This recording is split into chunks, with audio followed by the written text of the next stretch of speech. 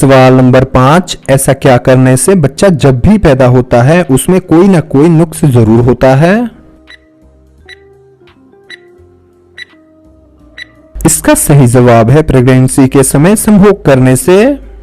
सवाल नंबर 6, कैसी लड़कियां प्यार में अपना नुकसान नहीं देखती?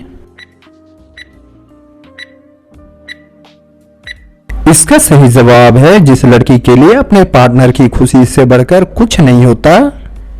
सवाल नंबर 7, कैसी लड़कियों को जिंदगी में कभी भी धोखा नहीं देना चाहिए? इसका सही जवाब है जो लड़की ना चाहते हुए भी अपने साथ वो काम कर ले जो उसको शादी से पहले नहीं करना चाहिए था। सवाल नंबर 8, प्यार में लड़कों की सबसे बड़ी कमजोरी क्या होती है?